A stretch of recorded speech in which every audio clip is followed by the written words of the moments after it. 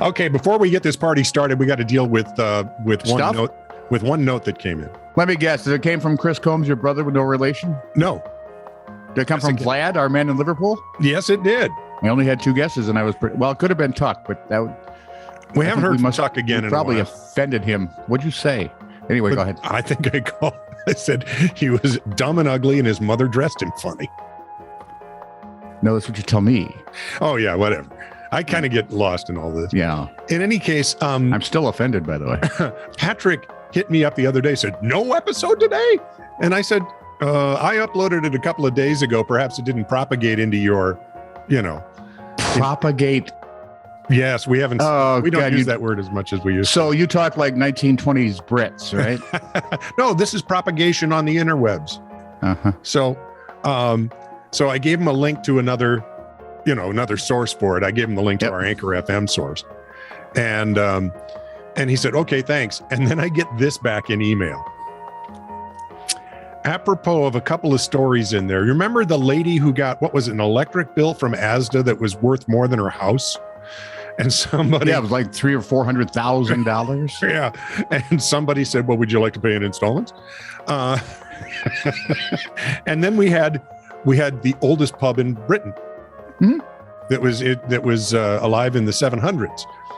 And I said something about, so in the 1700s, Tony said it was 100 years old. And I said, no, you're missing a zero.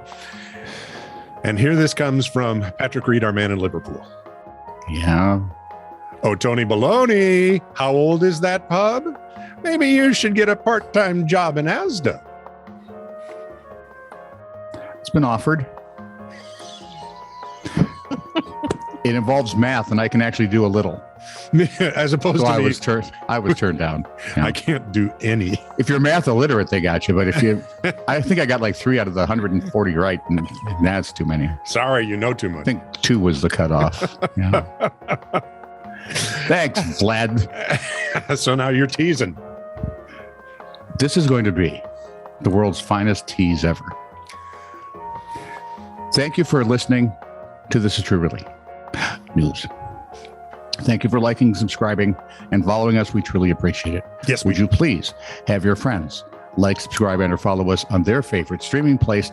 Unless it's streaming by Bob, they don't carry us yet. Thank you. This is True Really News with Scott Combs and Tony Vercanis. All the news you're about to hear is true. Really? As far as you know. I cannot believe you got that. That was excellent. Thank you. Michael Spressler was eating raw clams at the Lobster House in Cape May, New Jersey. He's eating live clams? What? Yeah, he was raw clams. Oh, good, because otherwise it'd be squiggly. Yeah, and that's right near where my folks grew up, Cape May. Really? Yeah. They grew up in the ocean? No, they next to it. What are you trying to say? Your mom was a mermaid, wasn't she? She couldn't even swim. The only thing she could do is... Well, no, because she gave up the fin thing to marry your dad. Yahoo! Who sold his saxophone to get married. In any case... Oh, my God, there's a movie there. Michael Spressler... Not a good one, but it'd be on Lifetime. Michael Spressler was eating raw clams when he thought he'd cracked a molar after biting into a raw clam. Oh, let's not be doing teeth stuff. Oh, now my mouth hurts. But then, when I poked it out into the palm of my hand, it was a perfectly round white pearl. The hell you say? At 8.83 millimeters, it could be worth as much as, are you sitting down? Well, yes. $100,000. No. It could be. No. Dude, you can get that tooth fixed. The chance of finding a pearl in a clam is reportedly 1 in 10,000.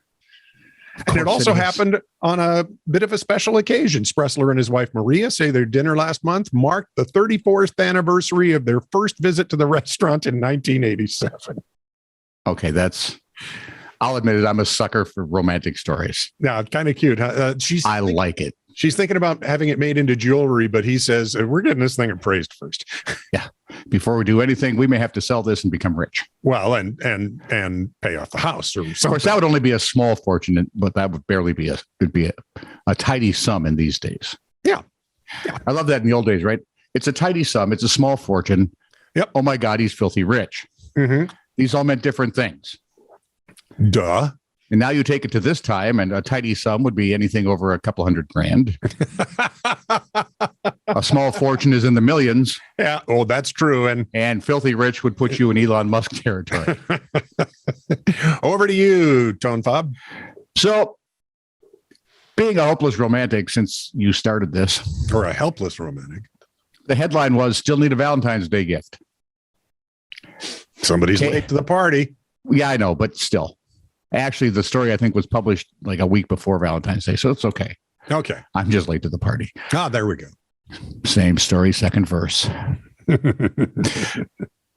KFC collaborated with Pillow Pets for the KFC chicken sandwich snuggler. So my first response. Hang on. Okay, sorry. Go ahead. My first response is it like a slider? No. Okay. It is a giant, cuddly, yummy looking thing you can wrap around your midsection before the old carbs get there. It's like a big honking sandwich pillow, but it's not a real sandwich because that'd be weird and probably very tasty for days. So it's a pillow with a sandwich printed on it. Yeah. There'll be a link to the picture below. Okay. Yeah. It's yeah.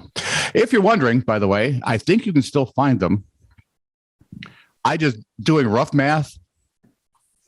The thing is like $99.99. Okay. And if you add, I don't know, another $9 for taxes, another $9 for shipping, figure $120, and you've got yourself a KFC chicken sandwich snuggler. Excuse me. Oh boy. Mm-hmm. Yes.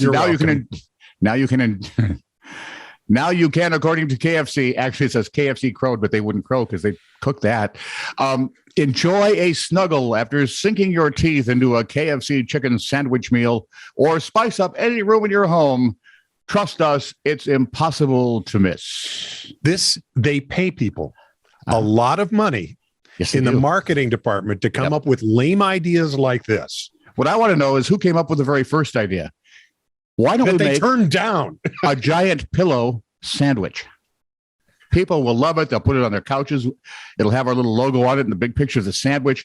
People will just flock to our stores. Yeah, you're going to see them in thrift stores everywhere if they're given away as gifts. Guessing if you go scour eBay, all four of them are probably out there by now. I just think this is the dumbest thing I've ever heard.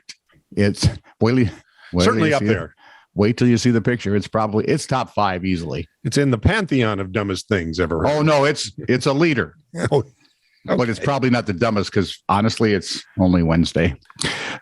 Speaking of undumbness and just sheer bad luckness, to transition there. Smooth. An Alaska man and his girlfriend were walking along the shoreline near Anchor Point the other day. All right. When the ice he was walking on broke free and drifted into Cook Inlet, taking him along with it. Wait a minute. Took him. Uh-huh. Not her. Right. That's dude, ghosting is easier. Jamie Snedden's girlfriend immediately called for help.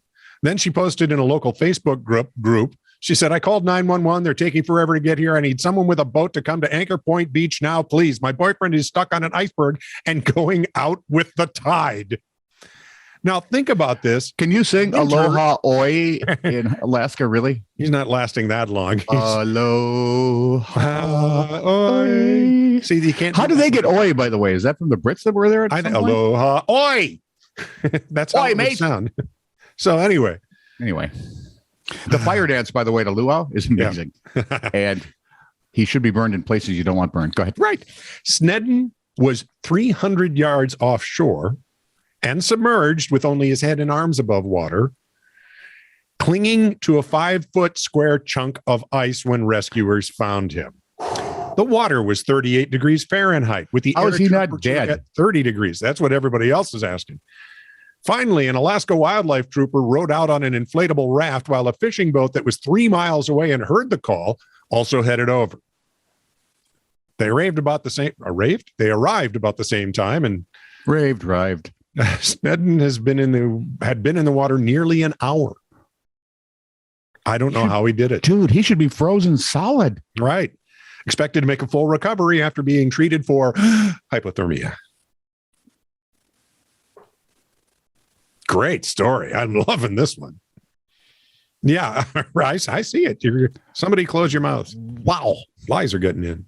Police were called to investigate after a motorist on the M11 in Ely, Cambridgeshire. See, I'm getting better. I didn't say Cambridgeshire. And you didn't point it out, which is good. Yeah. Although, because that would be, Yeah, calling attention to it is so cheap. Yeah. Where was I? Motorist M11. Oh, Ely, Cambridgeshire, England. Didn't say Shire again. Spotted what they believed were the sneakered feet. Sneakered feet. It's proper English and everything, but it just sounds funny to me. Sneakered feet. Couldn't just say feet there, could you? Does feet really need an adjective? Does it need a descriptor at this point? Well, if they were wearing sneakers, why not? I'm still going to why. It'd be stupid if they were wearing sandals and they said sneakered feet. Thought they spotted sneakered feet of a dead person rolled up in a carpet in another car. Seriously. Sadly, a law enforcement spokesperson explained, however, that now they just use feet. No. We're sticking with this. You tell them how to write it. Spokesperson explained, however, that the sneakered feet belong to a mannequin dressed as Prince Charming who was on his way to a themed party. Prince Charming wore sneakers. My total vision of this whole deal has changed. I got to now run back to the Disney Channel and check that out. Exactly. He's not wearing sneakers or boots. Anyway, thankfully it was a false alarm. Metro News reported that the driver was advised to please avoid such circumstances from occurring again.